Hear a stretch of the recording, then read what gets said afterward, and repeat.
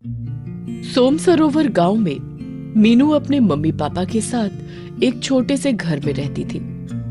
जब मकर संक्रांति का दिन नजदीक आया तो उसका भी मन हुआ कि इस बार वो भी पतंग उड़ाए।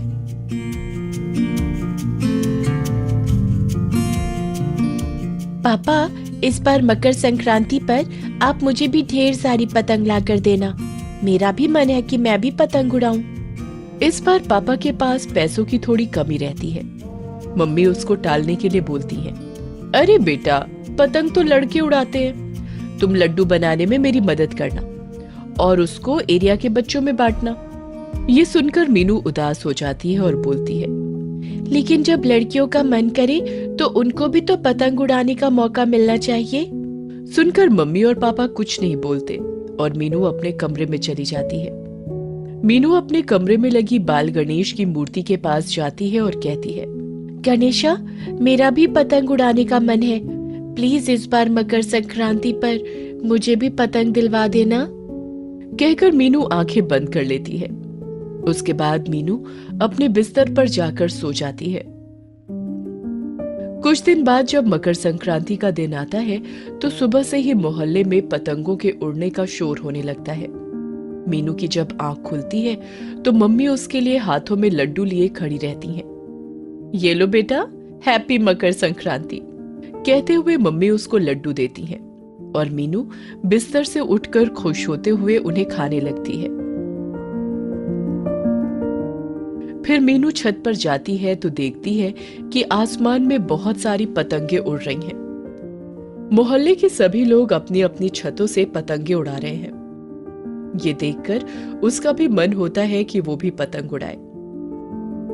वो छत से उतरकर वापस मम्मी के पास जाती है और उनसे पतंग के लिए बोल देती है, बेटा, सच बात तो ये है कि इस बार त्योहार के मौके पर मेरे पास ज्यादा पैसे नहीं हैं, लेकिन फिर भी मैं बाजार जाकर तुम्हारे लिए एक पतंग ले ही आता हूँ।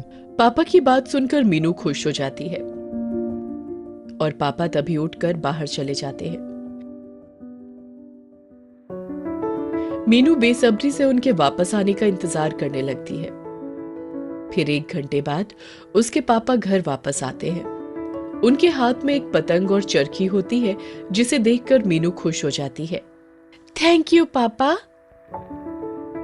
मीनू के साथ मम्मी और पापा भी छत पर चले जाते हैं और उसको खुश होकर पतंग उड़ाते देख वो दोनों भी खुश हो जाते हैं। तभी पड़ोस की छत पर खड़े राजू की नजर उस पर पड़ती है तो वो बोलता है, हे मीनू, तुम भी पतंग उड़ा रही हो? क्या एक पेंच मेरे साथ लड़ाओगी? सुनकर मीनू से पहले उसके पापा बोल पड़ते हैं, नहीं राजू बेटा, मीनू के पास बस एक ही पतंग है, अगर कट गई तो वो फिर से उदास हो जाएगी। तुम अपने और दोस्तों से पेंच लड़ाओ। सुनकर राजू चुप हो जाता है। आप कब तक यहाँ खड़े रहेंगे? नीचे चलिए और घर के कामों में मेरी मदद कीजिए। ठीक है, चलो, कहकर मम्मी और पापा नीचे चले जाते हैं। अब राजू को मस्ती सूझती है और वो जानबूझकर मीनू की पतंग काट देता है। जैसे ही उसकी पतंग कटती है, मीनू उदास हो जाती है। ये क्या, मेरे पास एक ही पतंग थी, तुमने उसे भी काट दिया। अब मैं क्या करूंगी? ओह, सॉरी, गलती से कट गई। कहकर राजू हंसने लगता है और फिर मीनू उदास होकर नीचे चली जाती है। अरे बेटा, क्या हुआ? नीचे कैसे आ गई? उस राजू के बच्चे ने मेरी पतंग काट दी। सुनकर मम्मी और पापा एक दूसरे का मुंह देखने लगते हैं, क्योंकि अब पापा के पास इतने पैसे नहीं होते कि वो फिर से उसके लिए पतंग खरीद कर लाएं। मीनू आगे कुछ नहीं कहती और अपने कमरे में चली जाती है।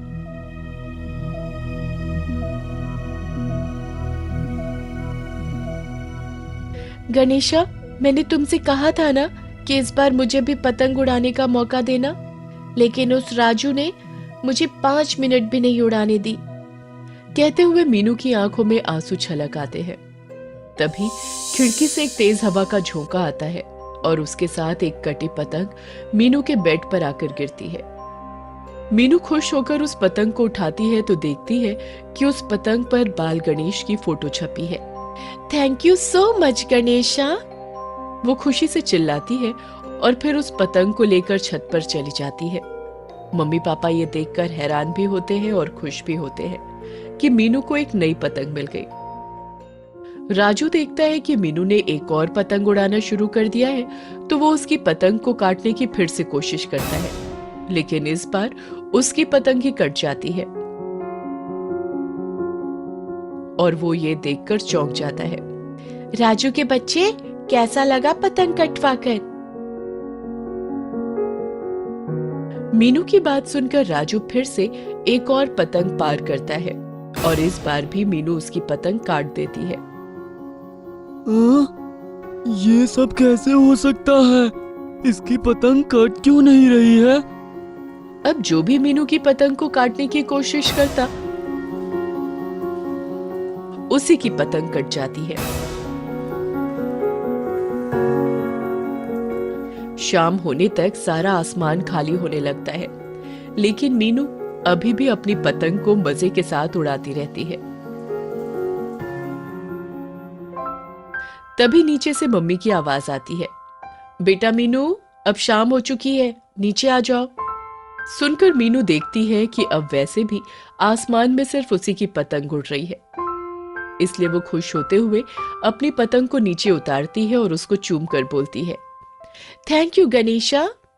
कहकर मीनू पतंग को लेकर नीचे जाती है तो देखती है कि मम्मी पापा के साथ शर्मा अंकल हाथ में एक ट्रॉफी लिए खड़े हैं। शर्मा अंकल, ये ट्रॉफी किसकी है? तुम्हारी है बेटा।